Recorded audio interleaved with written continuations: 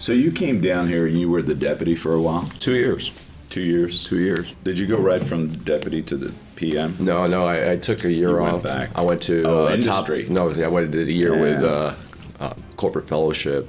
Okay. And I did that up with Georgia Power Company in Atlanta, Georgia. For us as acquisition officers, I think it's probably the premier opportunity to learn about industry firsthand, face to face. You're working at or near the C-suite in a Fortune 500 company, where you're able to see how they make business decisions, et cetera, how they're going to, prioritize where they're going to invest their money, whether it's infrastructure, IT, et cetera, et cetera. And, working in that environment prepares you to, when you're dealing with big companies, and I'm on the negotiation table with the contracting officer, I'm able to, think how they think, and I thought that was valuable. Good ideas and concepts that you can bring back to what you've been doing. Hello, and welcome to another episode of Equipping the Corps. The Marine Corps is modernizing to meet the Commandant's vision of Force 2030. That modernization is not just about providing the force with gear and equipment to make Marines more lethal and survivable, but it also includes providing them the best realistic training to meet and defeat those evolving threats. The program manager for training systems, located in Orlando, Florida, improves the warfighting effectiveness of the Fleet Marine Forces by providing training, support, and developing and sustaining training systems and devices. They are the training systems acquisition arm for the Marine Corps. For this episode, I traveled to Orlando to meet with the Marines and civilians who comprise PM TRASYS, part of what the services call Team Orlando. With me today is Colonel Lara, who has spent the better part of the last few years leading the team at TRASYS as they work to ensure the Marines have the best training systems and capabilities to prepare them for the battlefields of today and tomorrow. Colonel, thanks for taking the time to join us here today. What I'd like to do is I want to focus a little bit now on you've come a long ways. You've spent quite a few years doing this, and now you've been down here at PM TRASYS for a few years now. I understand that one of the things you've done since you've been down here is kind of taken a different approach at the team here, and you've done a little bit of a restructure to better support the warfighter. Can you tell us a little bit about what your thought process was going into this? Yeah, Manny. So if you recall back in the 16-17 time frame, we went through an FSR in the command. TRASYS did not do anything at that point. We did not reorganize, realign, do anything. So I wasn't in a place to be able to do that. I was still trying to identify the work. As a deputy program manager, I was trying to understand what are the gaps we have, how can we be better functionally aligned, how can we do better communications with our stakeholders, our requirement sponsor. Yeah, so I was identifying what the problem set was, because there were some issues with TRASYS when I first got down here as the deputy PM, but I was seeing what is I was troubleshooting. And so when I left to go on the fellowship, it gave me time to think. And that's one of the things that why resident PME or going away from an organization, it gives you time to think. Absolutely. And then once I knew I was coming back as the program manager, I put in place one of the things we did was I had everybody read a book called Change the Culture, Change the Game. And it's looking at different ways to take ownership and accountability for the work you do, right? So that was one aspect of it. Right. But then when it came to the operations of PM TRASYS, I was looking at how we can be more efficient, be more functionally aligned. So what we did is we had 3 different teams, product management teams, individual training systems, collective training systems, and range training systems at the time. And then you're familiar with our training liaison officers, the TLOs. They fall under our operations section. So I was looking, there's a desperate, I call them stovepipes of excellence as it relates to our programs. A lot of our virtuals and a lot of our constructive simulation systems, because they were built separately with no commonality in place, I ended up realigning those programs into one team. And we call that the synthetic training systems right now. And then I took what was the family of egress trainers, and that comprises the dry rollover as well as the underwater egress trainers, and realigned them to ranges, which is because everything that's live falls under ranges, right?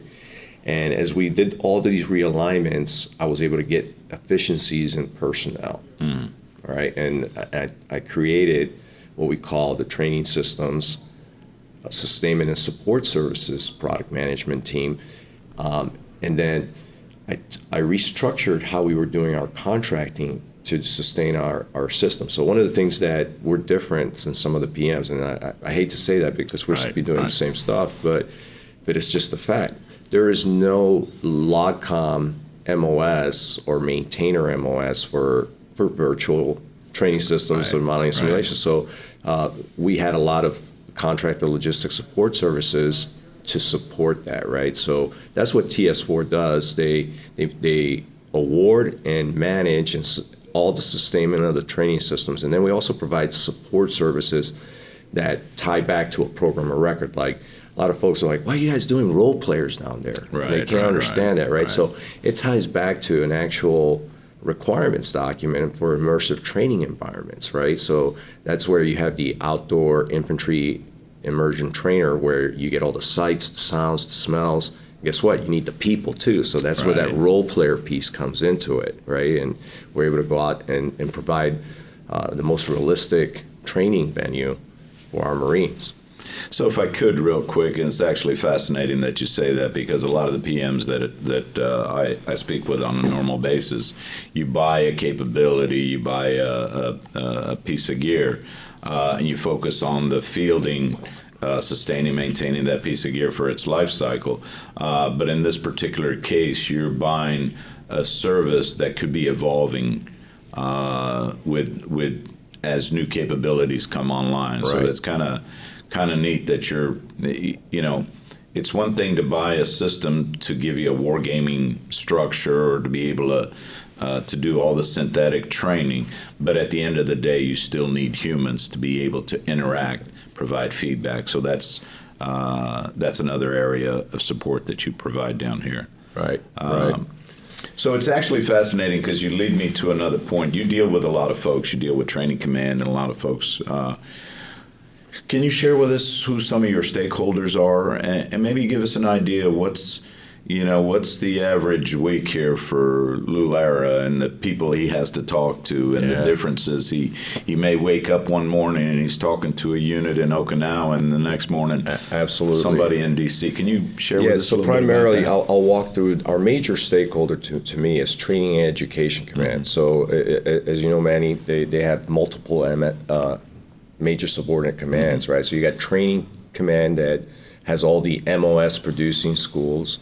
So we satisfy supporting them with a lot of our virtual trainers. Like we have the Combat Convoy Simulator, we have the Marine Corps Common Driver Trainer, or family of combat vehicle training systems. Those are tied back to a lot of, in the majority of them are tied back to MOS schools and supporting Training Command. Then you have MACTAF TC, right? So that's our premier center where we do service level training exercises out in 29 Palms, 2-star headquarters. And that's where the battalions, infantry regiments, and all that actually do. They go out and do live training, and then there is some mix with virtual and constructive as well, right? But we support those guys, and they're a primary customer because that's Marine units go there as a culminating event before they actually go to deploy. Before they're ready to graduate onto an actual deployment, they go to 29 Palms. Very similar to when we were younger in the Marine Corps, and we had CAXs, right? So they have MWXs at this point. And so that's another one of our customers, one of our larger customers, and we support them across the entire spectrum. We do work with all the bases. So on any given day, we're working with bases to sustain the ranges. We have, a lot of people don't know this, but we have like 1,400 range training areas across the Marine Corps prize. About 200 of them are instrumented. So there's a lot of engagement there. We're dealing with erosion, due to both to weather and also from use, right? So you're not just dealing with putting targets or ranges down. You're dealing with the infrastructure of maintaining sustainability to an extent. So and that's where it's kind of difficult and complex, right? There's a line of responsibility between the base, what belongs to the base, and what we do to support TCOM's mission, which is to sustain the ranges. So then you get into whole the MILCON aspects, real property, David's Bacon, et cetera, et cetera. So those are dynamics that not a lot of folks are familiar that we have to manage from PM TRASYS. And you're also providing support to the PMs back at Quantico who are in the midst of maybe fielding a capability, a new vehicle or what have you. Do you do a little bit to some extent? We provide technical support to their MPTP leads and their logistics folks, because usually, if you remember when I was the APM for logistics at EFV, ACV, we had a team in the logistics session that was focused on going out and buying the EFV trainer at the time. As you recall, right before they sunsetted the program, I was sitting in a post-award conference down here in Orlando, and got called, hey, don't stop. Turn off the meeting. But so we support them, and we provide subject matter expertise, our software team, software engineers, modeling and simulation officer, et cetera, to help guide them. In some instances, we've had success stories where the PM says, hey, we're going to go ahead and outsource the work to you, and we'll take on the work. In other instances, we just provide that subject matter expertise. And most recently, very proud of the team. Our TS4 team has been working, and Lieutenant Colonel Peterson has been driving my vision of it. We've established, I was getting to that, part of changing the organization, I also changed how we did contracting, right? So we were doing a lot of 1 year, 2 year period of performance contracts through Seaport. And so the teams were constantly, hey, I got to build another RFP package just to, get. And that's a lot of time. It's a lot of time. The research, the planning, the rewriting of requests. So what we've done is we've established long-term contracts. We started out with our knowledge-based services, MACTAV, training system support, MATOC, which is a multiple award task order contracts. And we issue task orders for those. So I'll talk a little bit about that. So it's a 10-year period of performance contract, right? So it has a 5-year base with 5 1-year options, and it has a ceiling contract value of up to $238 million. So we can leverage that contract for a long period of time. It's like our own little mini seaport per se, right? And so we have a vendor base, and instead of having to go out and do a full and open competition, we already know what those guys can do, and we're able to issue task orders because the scope is there to support all of our training systems and any new training systems that are coming in. So we did that, and we've done utilizing the DoD taxonomy of services. We established one for knowledge-based services, one for equipment-related services for systems, which is actually, turning wrenches and fixing the virtual training systems. Then we also have an electronics communication services, which does all the software aspects of it. So we post-deployment software support, software development, in case we want to do some improvements to the software that we have on our modeling and simulation and constructive systems. We have the ability to do that. And most recently, we opened that up to the command to make those enterprise level contracts. And working with Don Kelly and his folks, they were able to leverage a task order to support one of their programs. So we already have one success story. So if I could, because for the industry folks that are listening, you kind of created this system where you already have a list of vendors in there. But if there's somebody out there that's looking to bring something to the table, is there still an opportunity for other industry to? Is it a continuous evolving? Every 12 months after the base contract, after the 12 months, there's an ability to on-ramp. So if you're interested in on-ramping, we just got to get with our contracting team and look at getting you added to the MATOC. If you qualify, you got to obviously submit a proposal for that, make sure you're technically competent, and then we'll go from there.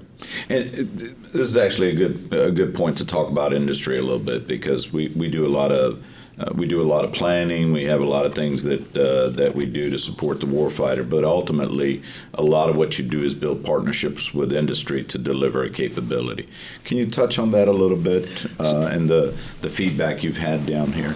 Well, I think the reason we're down here, Manny, and I'm glad you brought that up, because that's where I was going. Why Orlando?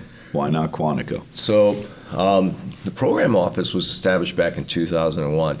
Before then, we had a small presence working as a small detachment. It was maybe 8 to 12 folks working in the confines of NOC TSD, Naval Aviation Warfare Training Systems Division, right? Okay. They fall under NAV Air. So General Feigley, when he was a major, did a tour down here, and when he became the commander, he saw the importance of having a larger footprint down here and established PM training systems back in 2001 timeframe. And it started out with about 20 folks and about a $20 million a year budget. To give you an idea of where we are now, we've grown. Our core team has grown from 20 to about 70, 80 Marine Corps Systems Command employees, but I've also worked with our warfare centers and established MOAs with both Panama City and Corona, and we've grown that out a little bit more with other government folks that actually reside and work at PM TRASYS. So we have an additional 45 bodies, and then we have a support contract with an additional approximately 40 folks. So altogether, we round out about approximately 170 individuals to do all the work. But the beauty of being down in Orlando is the fact that we fell into an ecosystem that revolves around modeling and simulation, training and education, innovation. We're next door to NOC TSD, like I mentioned, a 1,200 person organization that's doing.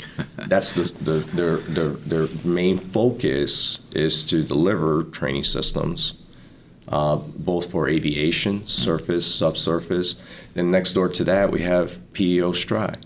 It's Army PEO, about 800 folks doing all the same stuff. We have 5 PMs that fall underneath PEO Stride, all 06 commanders, and then we also have the Air Force Agency for Modeling and Simulation.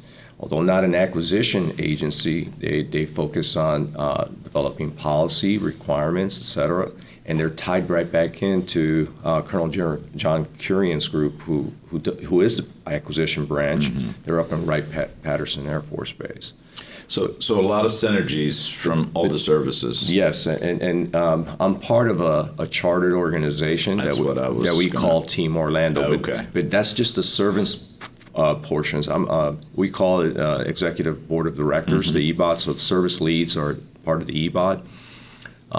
Additionally, we have academia. So the University of Central Florida plays a very critical role because they connect us to all the Central Florida, Southern Florida corridor through all the other universities that are available and have programs that support STEM, right? UCF lobbied for funding through the so UCF plays a critical role, and they lobbied for funding through the state of Florida to build or buy what we call partnership buildings. And so we're located in a research park, and you've had the opportunity to visit. Right. So in particular, the building that we're in, that's a brand new building that was built about 10 years ago. And initially, TRASYS was in Partnership 2, and then they moved over into Partnership 3. But the purpose was to get us out of leased facilities and afford cost-effective venue for our military services to be able to down here. So it's mutually beneficial. We have a huge economic impact to the area. Together, between the 4 services, we like last year, somewhere between $4.5 and $5 billion. was awarded in contracts in this area. Well, and not to mention the fact that, what we just got done spending some time at, the largest modeling and simulation and training event, which takes place down here. I think you and your team did a fantastic job bringing together a great cast. As a matter of fact, this was the first time, I believe, in about 55 years that both the CNO and the Commandant came down. And again, so folks understand the Navy and Marine Corps were leads on the military side to execute this year's event. But you also had 6 or 7 general officers down here from training command and whatnot to address the crowds and engage what goes on down here. How much planning went into this? And from your perspective, what do you think some of your key takeaways were from the ITSEC event that just took place? I mean, I believe nearly 15,000 people participated in this thing, so you really got exposure to a lot of things. What were some of your takeaways from this event? So let me start out by covering down on your first question. When does the planning start? All right, we just closed out the event last night. We transitioned the flag, as you saw, passed the guide on to the Air Force, who's going to be the lead service next year.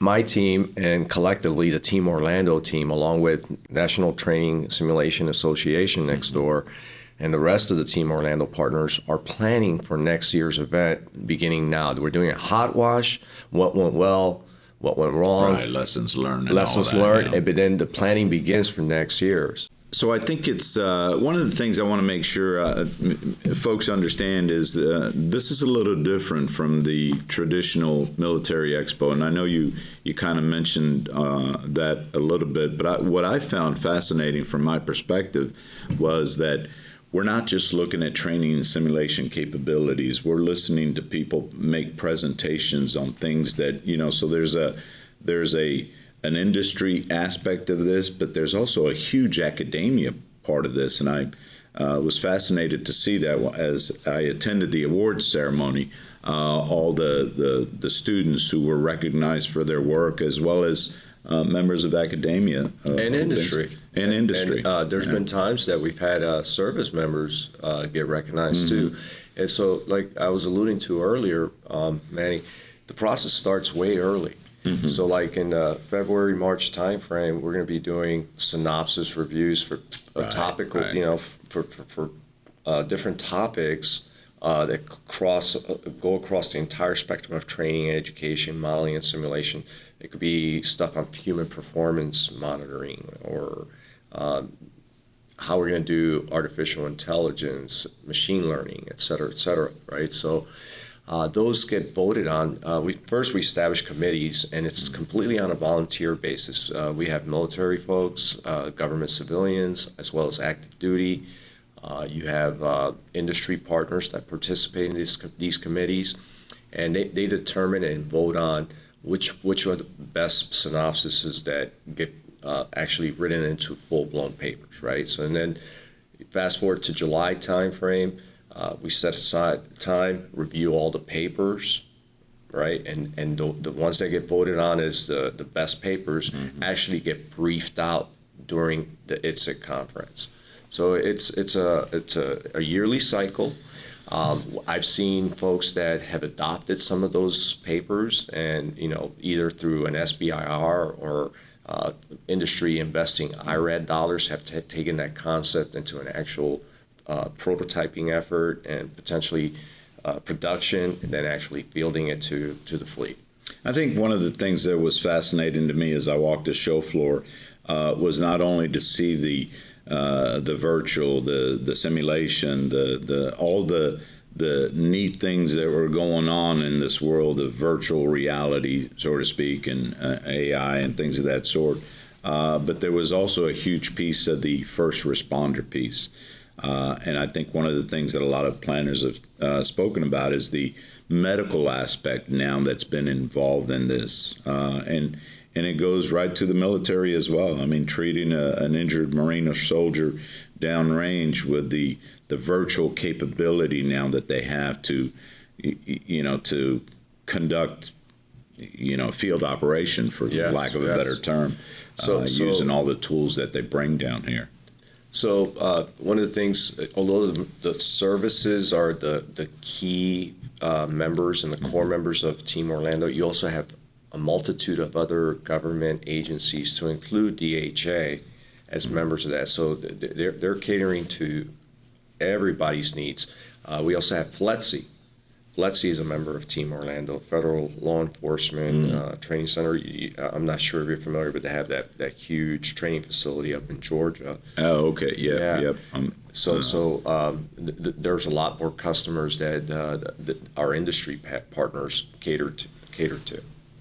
So it's been fascinating. I want to shift focus a little bit now on what are the things you're focused on? What are the things that PM TRASYS and your group are currently heavily involved with for the Marine Corps as we move forward? So right now, our key programs are Force-on-Force Training Systems Next, which is going to revolutionize the way we conduct instrumented training when we do force-on-force engagements, both in home station training and as a building block approach. That's the crawl, walk, run. Run is the culmination of that at MACTAF TC when we do the service level training exercises, where our requirement from Training and Education Command is to instrument up to 6,000 Marines and be able to create a play box for those Marines. It's about 20 by 20 kilometers, and so we got to be able to track all those Marines conducting force-on-force engagements, track the data. Lance Corporal Lara shot Lance Corporal Pacheco. Was it a KIA? Was it a WIA? Did they shoot him in the torso, in the head? So those are some of the features that we're going to be able to gather all that data and aggregate it to determine how ready are our Marines from an individual training perspective all the way to collective.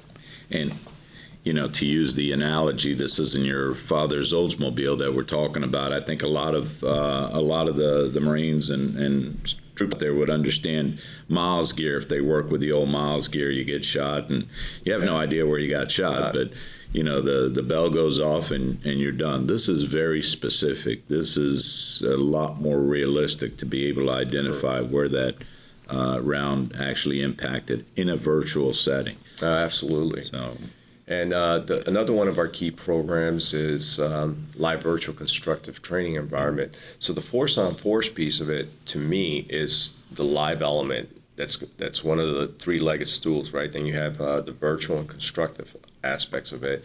So we're getting ready to get a decision from our commander on entering into the execution phase. One of the things that we didn't get a chance to talk about is we have been doing a lot of taking advantage of the tools that were given to us through 2019 NDAA when we talk about from adaptive acquisition framework. So from an acquisition perspective, we've been leveraging a lot of the authorities that were provided to us in the 2019 NDAA as it relates to the adaptive acquisition framework. So specifically for the Force-on-Force Training Systems Next program, we were able to utilize OTs to get through the prototyping phase very quickly and then award a subsequent production contract.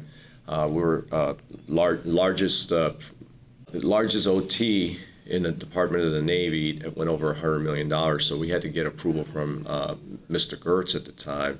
He actually got an opportunity to do a face-to-face brief. He came down to Orlando, and he signed off on my PowerPoint slideshow to give us the authority to proceed forward. So it was a pretty significant milestone for the Force-on-Force Next program. So additionally, with the LVCTE, we were able to get the approval from the commander to follow the software acquisition pathway, and we're currently in the planning phase, and in a couple weeks, we're going to be coming up to him for a decision on entering into the execution phase, which for the LVCTE program is significant. And it kind of ties back to what the Commandant, which I know IMS And a few of the other generals have said they want to have speed to relevance, right? So that's what this software acquisition pathway gives us. We are required to deliver a minimum viable product every 12 months. So there's going to be the opportunity to deliver additional capability to the warfighter very quickly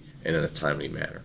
So it's safe to say that Marines are going to start getting their hands on in a lot some of the gear and capability that we saw on the expo floor here in our booth. Yes, the latest and greatest in remote targets and things of that sort. So for the Force on Force program, we anticipate getting fielding in the second, third quarter of FY23. Okay. And for LVCTE, we're looking at December of next year. Okay. So if the commander give us a thumbs up when we brief him in a couple of weeks, we'll be delivering for increment 1 to 29 palms by December of 20.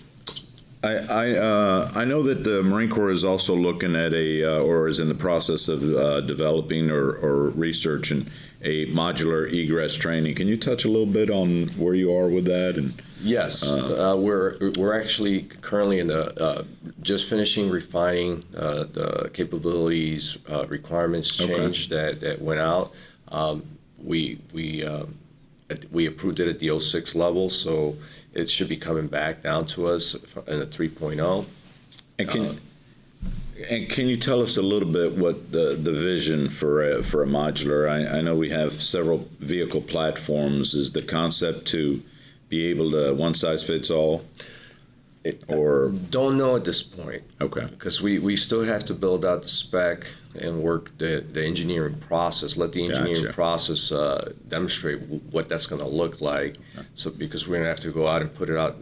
We're in the market research stage right now. Okay. We put an RFI out to industry, and we're waiting on feedback from them so that we can move forward. But at a minimum, the requirement is to get some concurrency. Because as you know, the underwater egress trainer, the SVET portion of it, right? The concurrency is not there. AAV, we're divesting of AAV. Correct.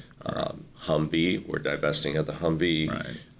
And then so we're looking to get us back to the new vehicle system platforms that are being fielded, such as the Joint Light Tactical Vehicle, as well as the amphibious combat vehicle, which are the replacements for the ones we just talked about.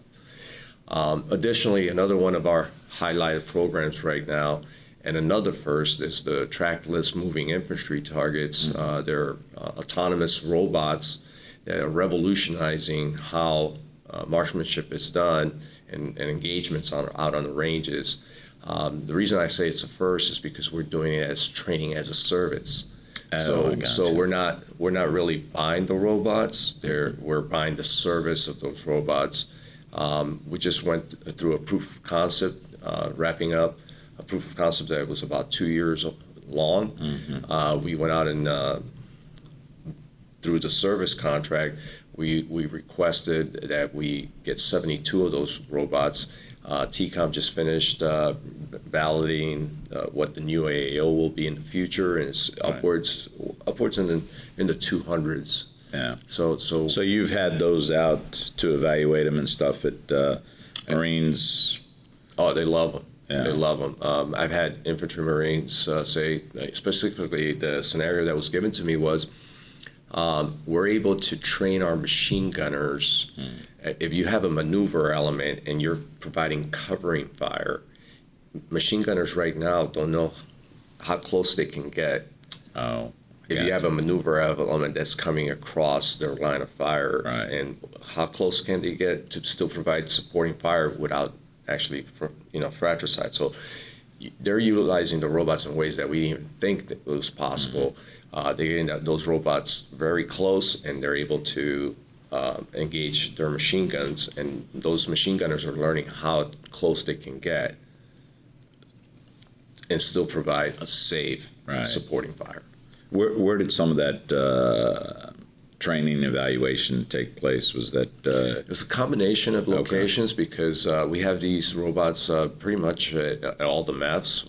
Camp Lejeune, 29 Palms, Camp Pendleton, Hawaii. Okinawa was the last building we did because we had to deal with some spectrum management issues, and we got them at all those locations. So it wasn't limited then. So you actually did give the entire Marine Corps an opportunity to get hands-on and provide feedback. Absolutely. Great segue into probably the last question I want to ask you, because we could go on all day with this, but what solutions are you challenging your industry partners to help you develop? Are there things that you're focused on right now? Or? So to me, one of the things that is going to be a challenging thing to accomplish is it's one of the capability gaps that the Commandant identified. How are we going to fight in a contested EW environment? So right now we're in the process of working with CD&I and TCOM to develop a requirement of what that looks like, right? Right. And it's called the EW Ground Instrument Ranges Requirement. So in the near future, we're already doing market research, but we're trying to scope it out so that we can actually put that out to industry and see, can you do this? Right, and that's going to be one of the challenging programs. And if I could just simplify it a little bit from a layman's perspective, every Lance Corporal in the Marine Corps and any service comes in with an iPad and a cell phone, and they're used to doing all that, and we're used to going down range and still staying connected with our families. But what happens if all of that goes away? Is that a fair assessment of No, absolutely. Yeah. But we're looking at EW both in a defensive and offensive manner. So can they see us? How can we conceal our movement? Right. Or can we see them, et cetera, et cetera? So you got to be able to do that in training so that you can be effective in operations. So plenty of opportunities for some of those big brain folks out there who are tinkering in their small businesses and whatnot to come in and potentially provide future solutions for what we're looking for. Absolutely. An additional increment for the force on force. Right now we're on increment 1. Mm-hmm. This is probably going to be like increment 4 or 5 as we're going to have to work with our requirement sponsor, TCOM. It's an additional feature and desirement that's going to turn into a requirement. The whole air-to-ground, ground-to-air instrumentation and adjudication. So that's going to be a challenge that we're going to put out to industry as how we can do that. And obviously, if you're going to hang anything on airframes, we're going to have to do the whole airworthiness piece. We're going to have to work with each of the platform PMs at NavAir to work through all those so that we can actually. Now, the technology is available. I know the Navy and the Air Force already are using some type of pods. We're going to see if we can leverage that. But we got to identify what airframes do we want the pods on. Is it Cobras? Is it 18s? Right. We got to start working through that to get that capability out there. So let me ask you one more thing, because you mentioned the Navy and the Air Force. What's your relationship here with the other services? I mean, I think you're centrally located, so. Yeah, it's phenomenal. Yeah. We leverage from each other all the time. As a matter of fact. And I asked that because I saw a lot of representation at the show. I mean, there were people here from SOCOM, there were people from, and one of the things that I want to share is the fact that you not only were doing a lot of planning and hosting and shaking hands and moving around, but you personally sat on a lot of panels and had some tough questions thrown at you. So it's good to hear that interactive communication. Next week on December 8th, I'm sitting down with my counterpart at PM Soldier Training. We're doing a joint PMR. Because there's so many common programs we got. We're going to brief our stuff, they're going to brief theirs, and then we're going to brief and address some of the issues of programs that we're working on together, like the Common Driver Trainer. Gotcha. So it's frequent engagement, and it's positive. Well, listen, Colonel Lara, we could go on all day, but unfortunately I do have to catch a plane this afternoon. But this has been extremely enlightening, and you and I have known each other for many years. It's always been a pleasure to work with you in different scenarios, but I really did not have a true appreciation of all the things that go on down here. So really appreciate you taking the time and enlightening us on the things that are going on down here at Team Orlando. PM TRASYS is really leading from the front to make sure that Marines get the training and capabilities they need to prosecute whatever comes our way. So thanks for taking the time. But before I let you go, there is one thing we like to do here at the show. So are you ready for our lightning round? Yes. All right. So I got to ask you, what's your favorite duty station? I have to say it was Camp Pendleton, and specifically, most favorite time, because I've been there several times, was my tour with 5th Marines. Awesome. Up in San Mateo. I thought you were going to say Monterey because a lot of people lean up the coast, a wonderful place, but I'll take Camp Pendleton. What's a TV show, a book, a movie, or a podcast you'd recommend? Recommend. I would say if you haven't written The Lexus and the Olive Tree, okay, that's a good book, and it talks about basically the differences between the West and the Middle East. Oh, okay. It's a really good book. It foreshadowed a lot of the things that we're living now. If you weren't a Marine, if you weren't down here leading PM TRASYS, what would you be doing? And I think I know the answer to this. But. Yeah, I think you know. I would like to have pursued my passion for aviation and either flying or maintaining aircraft. That's awesome. And finally, this one sometimes stumps folks, but if you could have a superpower, what would it be? Time travel. Time travel. Thought you were going to say invisibility. Listen, again, thanks so much for the time. Best of luck to you down here and the folks at Team Orlando for everything that you all have been doing. Manny, I want to say thank you. Thank you to you and your team. I know you guys are extremely busy up in the Quantico, and you took a full week to come down here and truly understand the inner workings of what happens during that SIG.